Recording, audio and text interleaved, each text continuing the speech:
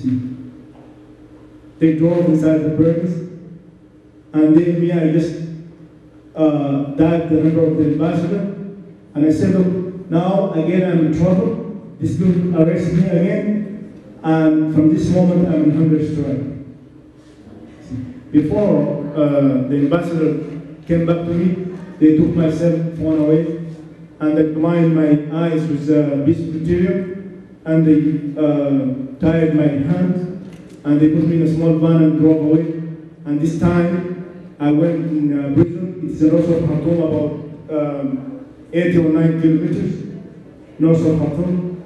In the River Nile, it is an empty space there. There's only that prison. I spent 7 months in that prison. Nobody came, asked me a single question. See? With the same treatment, beating up, swabbing, sweating.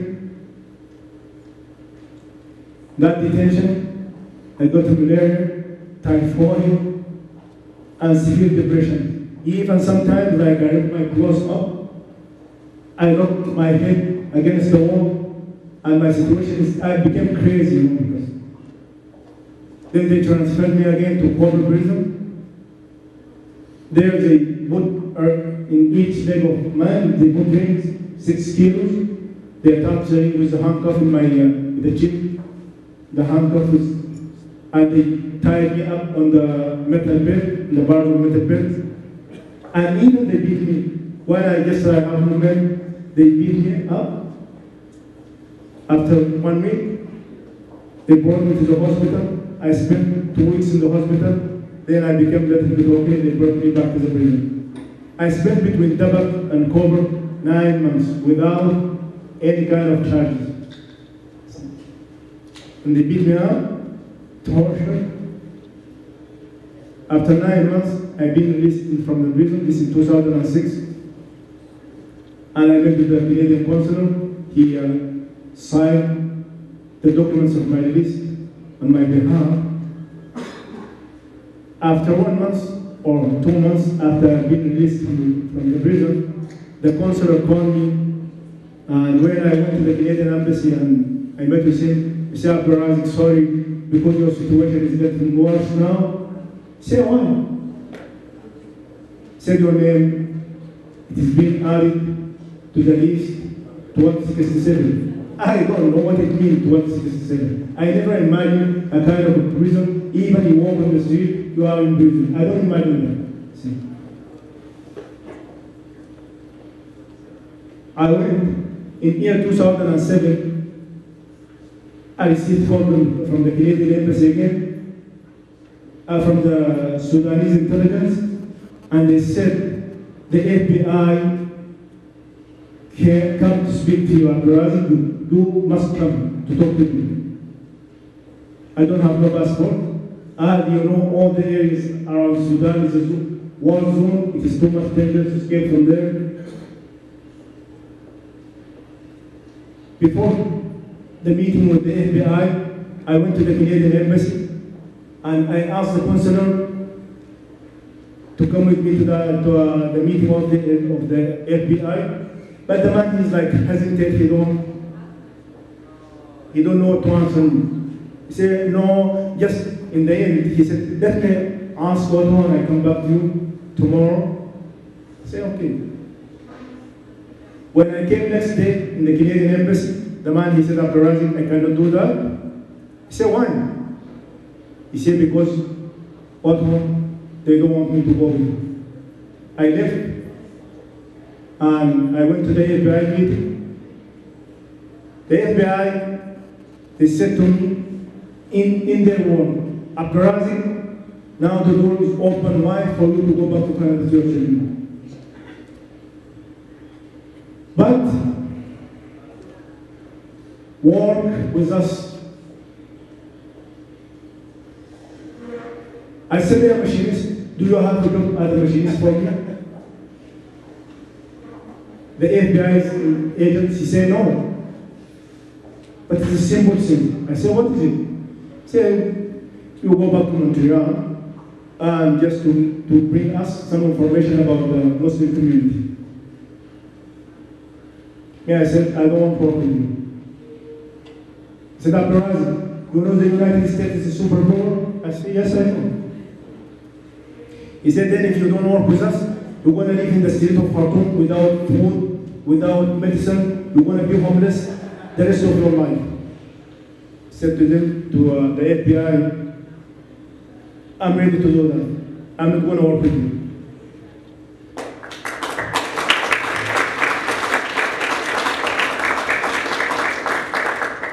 The FBI meeting is finished like that. By the way, since 2004 and up to 2009, so many Canadian officials came, and I met some of them in the Canadian embassy or in the Sudanese intelligence, including the former Prime Minister, Paul Martin. I didn't meet with him personally, but he sent two men, one of them, his name David Mellon, and this man, he came with a jet, a big jet, you know, it's an empty seat, many empty seats in that jet, you see. And I asked them, I want to go with the Prime Minister. But this man, David Mellon, he said, no, we cannot do that because we're going to stop in France, and maybe the French are going to arrest you. We don't have authority on the French people, government. This is his excuse to me. You see, and the Senator Mubina Jaffer, she came and she lied to me. Dibak O'Brien, he came instead to help me, he interrogated me. The former Minister of Foreign Affairs, Maxime Barnier, here through his the MPs came in his company, he refused to talk to me. The Prime Minister Paul Martin, he refused to meet with me because I asked for that. The two men, they said, the Prime Minister said, send them to talk to me.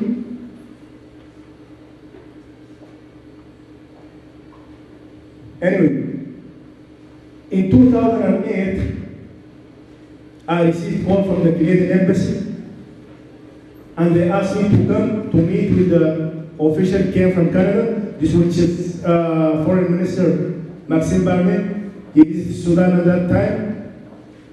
When I went, I found in the meeting room in the Canadian Embassy, Dibak O'Brien and other MP, including the Consular, Eric O'Connor. In that meeting, Dibak O'Brien asked me 3 questions. He became interrogated. He said, Abdelrazik, what do you think about Israel? Israel, what do you think about Hamas? What do you think about Osama bin Laden? I said to him, I'm not Israeli, either I'm not a Palestinian. Osama bin Laden, I don't know this man. Why you ask me about this issue? Then the man, he said to me, Abdelrazik, if you don't answer my question, you're not going to get help. He pushed me to the corner just to answer the question, because he knows that I need help.